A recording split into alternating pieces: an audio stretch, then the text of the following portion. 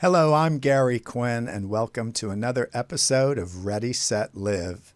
My guest today is Adrienne Bankert, an Emmy Award-winning journalist, author, speaker, and the current anchor for Morning in America on the Newsnation network. Her appearances on television have included ABC News, Good Morning America, and World News Tonight. Don't go away, I'll be right back with Adrienne. Welcome to the show, Adrienne. I'm so glad you're here. Thank you, Gary. It's good to see your face. Yes, I was so happy to find you, and this is Universe Divine Connection. You interviewed me in 2010 in Sacramento, and I was scrolling through something and saw you, and I go, I know her. And then I tracked you down, and here you are. Yeah, no, it's good to see you again, and I'm so excited for all the success you've had over the years. Yes, you Wow. too. I mean, you blasted out from Sacramento onto ABC News, Good Morning America. I mean, what an amazing journey! It's currently still going on. Um, you know, Getting into your work, I know, and you have a new book, by the way. People should know about your book because it's amazing. It's Your Hidden Superpower. And when you talk about kindness, I totally related to your book because that's basically what I'm about. And I know that kindness, many people have different variations of kindness, but the way you explain it, it's very simplistic, but it's really finding your authentic self. I mean, talk to me about what inspired you to write this book.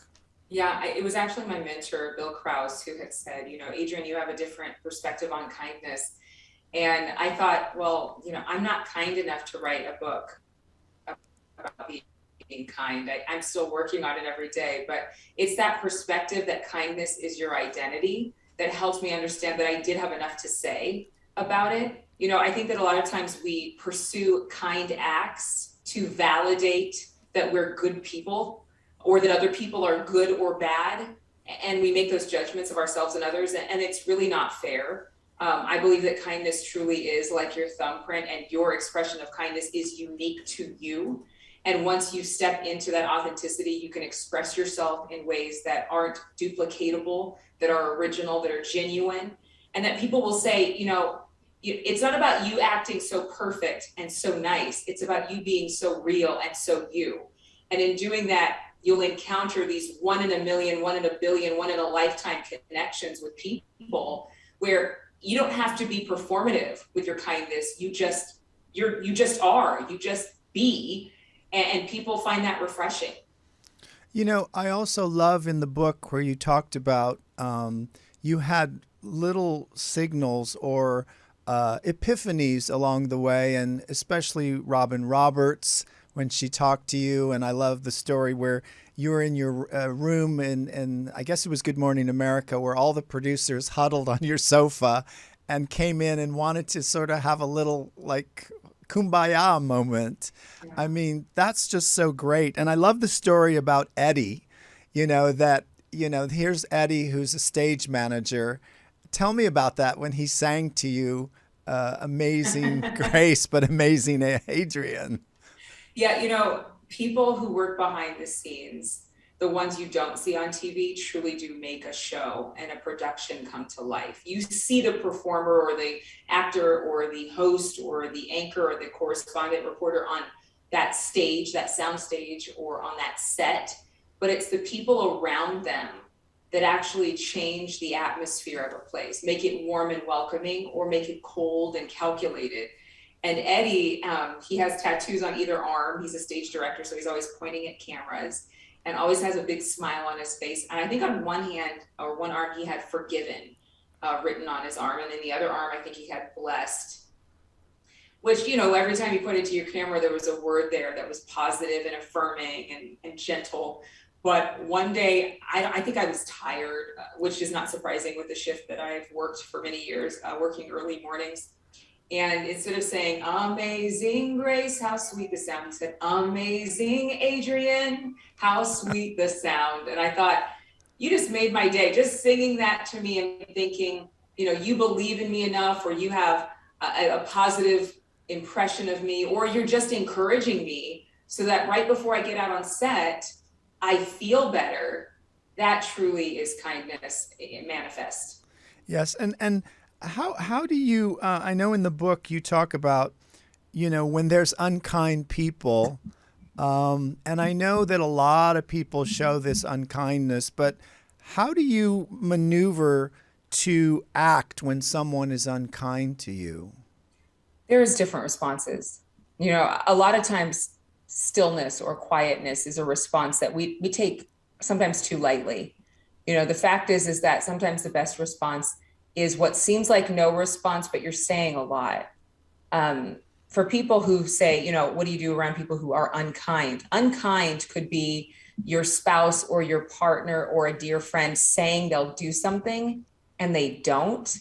And that feeling of disappointment or that feeling of, oh, you didn't hold true to your word can feel very unkind, almost hurt more than some stranger cutting you off in traffic, or, somebody saying something rude to you when you almost bump into them on the sidewalk, right? And so depending upon your relationship, there will be different responses. One thing that I've learned is sometimes the gentlest way to be is to not say anything, not to block that person out, not to ice them over, Mm-hmm. but to just pause. Because maybe you're processing emotions that have nothing to do with that individual. Maybe you're processing emotions that have to do with your own past experience. And so you want to be kind to yourself first. And how do And to you? not, go ahead. Yeah, how do you get to be kind to yourself? Because I think a lot of people have this other dark side of themselves where they start talking about themselves in a bad way. It's almost like the Yeah. shadow. Yeah. What are a few tips, like someone who says, "I want to learn how to be have more kindness in my life"? What would you say? Just three little steps that they could do. Well, the first step is get quiet. Like I said, with anybody who you feel is being unkind to you, it's not about walking away and retreat. It's about walking away empowered. And when you are quiet by yourself and you meditate on what you want, and I know that you understand this, of course, quite adeptly, that time and what your self-talk is and what you're thinking on, what are you investing time in on the inside of yourself, that is going to show itself in public. And so the kindest thing you can do is pause, because if you don't take care of yourself, you can't take care of anybody else. You Correct. can't give water out of a dry well. And so that first step is to get quiet, maybe journal some of your feelings or what you want, desires that you have, things that you have in mind for what your perfect day would be. Just taking that pause to reflect is the kindest thing you can do.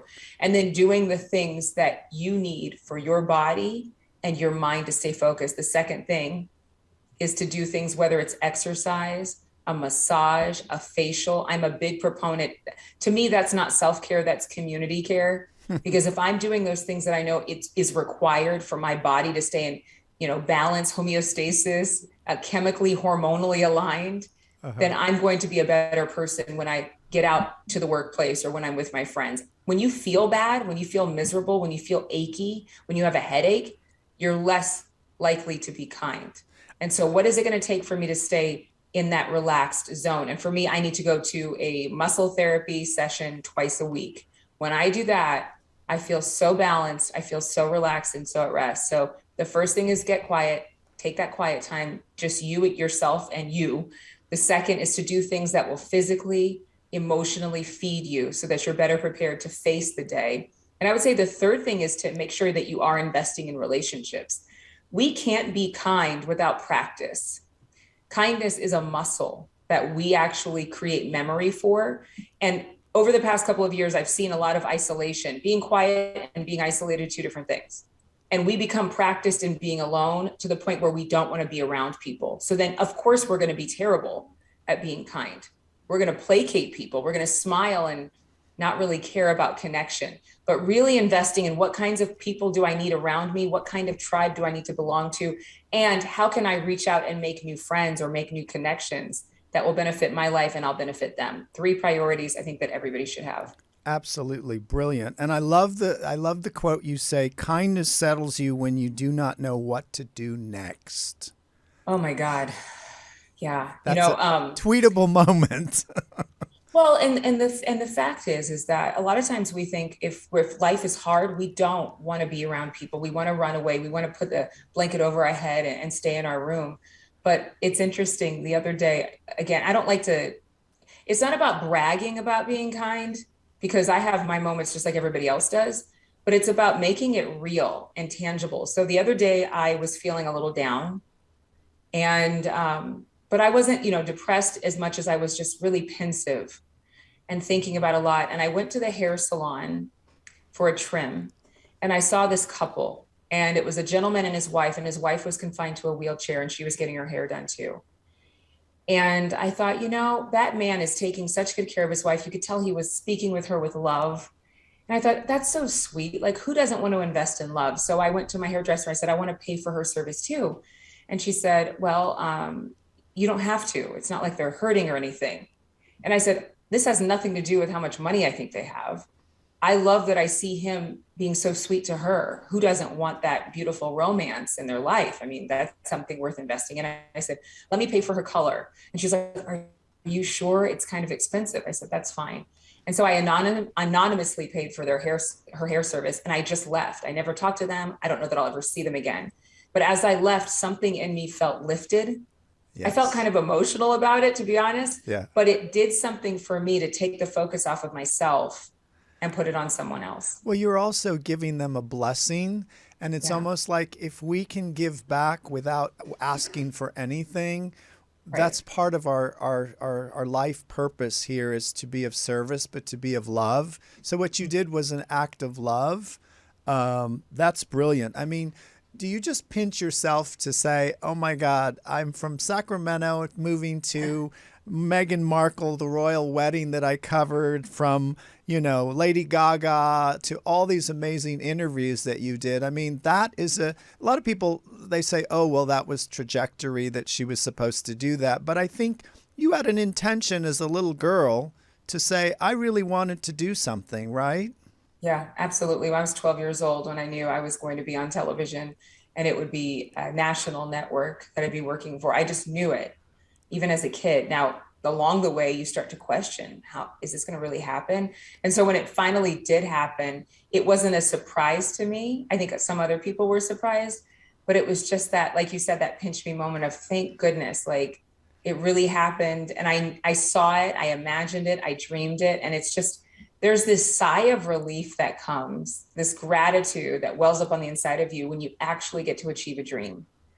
And I'll never take that for granted. I mean, honestly, living in Chicago was not on my dream list, but the images of Chicago as a young child, living in a high-rise building, walking by a big body of water. I didn't know how big Lake Michigan was until I moved here, and how it looks like the ocean, because I've always loved the beach, just being a native Californian.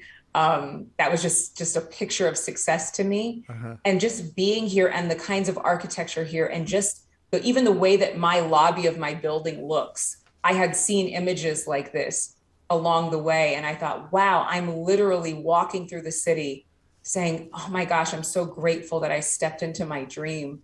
I stepped into that imagination, and it's real. So yes, interviewing these big name celebrities, but feeling like you're in the right place, knowing it, more than feeling it, knowing that you're in your sweet spot in life, knowing you're exactly where you're supposed to be, is the greatest reward of all. Exactly, because you're in your circle or in your tribe. And, I think it's being in that frequency. And it's also when you remain in gratitude and kind, you are in that energy of almost accepting life as being part of life. And I love the quote Carolyn Mace always says, if you have life, you have purpose. And it's so great to know that, we're all evolving. We're all evolving. What is the soul to you? Oh, that's such a good question. What is the soul to me? It's your mind, it's your will, and it's your emotion. And it never ages. I think that babies, they are born with the same age soul that they'll have when they're 30 or 40 or 80 or 100 years old. Because there's a higher level of intelligence there, and there's no limit. And you can feed that soul, the mind, the will, and the emotions, starting at a very young age, at infancy, at inception.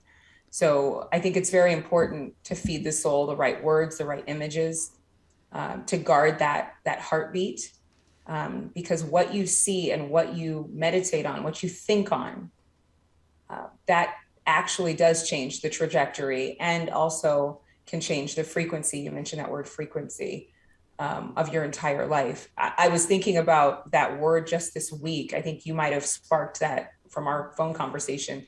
But, frequency is like airwaves, like radio signals, TV signals. It's invisible. It's a way of getting into a stream of information. But frequency also means this repetitive action that happens over and over again. And I believe that anything that we become very attuned to, what are we tuning into? It's based on what we're constantly hearing. And so that's why I think the soul, you have to preserve that soul by being really watchful over what you're constantly hearing and practicing, because that is going to determine your frequency. And I also think what you just said was very important. Many people, they look at challenges or obstacles as negative, but I really think that it's a learning device. If we look at it without attachment and just say, this is my journey, I learned and I walk away with this knowledge, but I'm actually creating a new, let's say, the new me. Yeah, I was just talking to somebody yesterday, and they were kind of saying how they'd had these experiences, but that turned them into the person that they are today. Absolutely. I have a goal in life to, walk as though I've never been wounded, because I think that too oftentimes we let our motivation be pain versus life. But I'm still actually on a journey myself of discovering how to balance the acceptance of what happened to you, but not letting it define you. And I mean, again, I think that a lot of people, they're not being moved on the inside of themselves by anything other than hurt. And so that should not be your compelling force. It should be a lesson, like you're saying, but it shouldn't be your GPS. What does love mean to you? What does love mean? Love means a choice. It's not emotion. A very, very dear person in my life recently said, I'm not going to allow my desire to get ahead of my growth. And desire is a powerful force. It's passion, and it can be for something very good. But a lot of times we look for shortcuts in life. And love is one thing that doesn't have a shortcut. It can happen fast. It can be initiated almost instantaneously, but it's a moment by moment decision to put someone else or something else ahead of yourself. I really do believe that love is inherently for people. I think you can enjoy things, you can enjoy life, but people are who we are called to love by that decision making, not based on what they do, but based on who we are. What has been the biggest challenge that Adrienne has had to overcome? Well, that is such a good question. The biggest challenge that I have had to overcome, I would say forgiveness. Forgiveness has been a lifelong journey. And I think that it's a very royal act. And I say that because there was a time when I had a really hard time forgiving somebody in my life. And I mean, it took years to break this unforgiveness out of me. And I remember getting this vision that I was in a royal attire, almost like I had the power to forgive this person or not forgive them. And if I chose to forgive them, they would be free. I would be free, but they would be free. And their freedom would allow me to move on, rather than thinking that if I held them in that unforgiveness, in that prison, that I'd somehow have control. And it was almost as if I had to choose between having what I thought was this feigned idea of control versus actually having freedom through forgiveness. This very powerful choice to forgive. It is divine to forgive. It is a miracle to forgive, because again, I think that the things that happen to us, the past that keeps us looking in the rearview mirror, can so stifle us and so deceive us into thinking we're not who we really are. And so for me, I've had to battle that multiple times with different people because betrayal is inevitable in life. And yet we know that if we join in on that unforgiveness, we really know deep down that we become accomplices to the guilt of another person. So that would be my biggest challenge, but I've come at it like a bulldog and wrestled it to the ground and worked through it and repeat over and over again if I have to. But ultimately, whenever I've had a struggle with it, I have to remember that if I forget how loved I am, that's when that unforgiveness or that holding a grudge stays with me. And one of the biggest things, Adrienne, is that many people forget to forgive themselves. Yeah. And that's one of my basis of my work is the forgiveness exercise that I do. I'll have to do it with you. But what it does is it really frees you up. It's like deleting all the apps that don't work anymore. And then you're downloading the new apps, which are kindness, gratitude, happiness, joy, trust.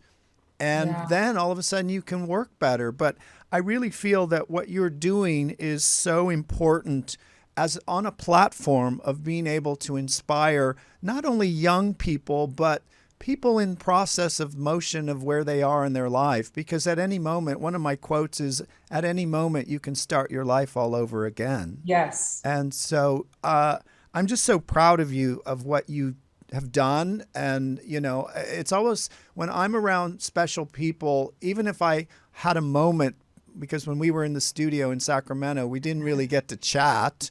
But I just knew, you know, I had this with many people over the years, and then I reconnect with them 5 years later, 2 years later, or 10 years later. And I'm just so inspired by you. And I just want to let you know there are big things going to be happening for you. And when I speak to you, I'm going to tell you what they are. But, you know, I'm very intuitive. So when I really tune into a person, I really see greatness coming. Where you are is just a little speck of where you're going. It's going to upgrade big time. So I just want to put it on the record there. Thank you. Thank you, Gary. You're such an encouragement. And I applaud you you and I did this yes exercise that you do. And I was thinking about the power of that. And I just think that a lot of people have to just say yes to life. You know, Shonda Land, she wrote a book called The Year of Yes, I believe. Yes. And I see how powerful it is just in the affirmation of positivity, because no is a negative word and yes is a positive word. And I just was reminded that when we speak out loud and we say those things, like you're saying, you know, so kindly, you know, this is the best day of this is my best year and everything's working out for me. I'm the happiest girl in the world, or I'm the happiest guy in the world. And it really does something, I think, at the neurological level to override anything, to override any trauma, to override any hurts, to override any fear. And you start to actually move in the right direction. So I'll take everything you're saying. Okay, good. All right, quick questions. What do you know for sure? Heaven is? Heaven. Ooh, heaven is real. Okay. Love is? Love is eternal. God is? God is love. Good. I am just so excited to have reconnected with you, Adrienne. If anybody would like to get her book, it is fabulous. It's a great read, and you can go on Amazon. You can go to Barnes & Noble. You can go anywhere. Go to her website, and it's on the board up here. It's actually just www.adriennebankert.com. Yes. Or Instagram is ABON.TV. I love that. AB on TV. AB on TV. So I just love you. I want to continue our journey, connecting and helping you support your greatness. And thank you so much for taking the time. And if you haven't seen Adrienne, she's on Morning on News Network. It's a Morning in America. And I know your time is precious, but thank you so much for spending this time with me. And much love, and just know, you're supported by the universe and by everything that brings the best in you. Oh, you're so kind. Thank you. And thank you for celebrating others because it just is so welcoming and warm. And yes, if anybody wants to check me out, go to newsnationnow.com and they'll have a channel finder there where you can find A Morning in America on your cable or YouTube TV or Hulu. But grateful for you, Gary. Thank you so much. And you for allowing also me to be coach on. people. So, Yes. and a speaker. So anybody out there, Ah, let's book Adrienne. She's amazing. woo. All right. Thank you so much. And this is Gary Quinn. Thank you for joining me on Ready, Set, Live. Until next time, be well.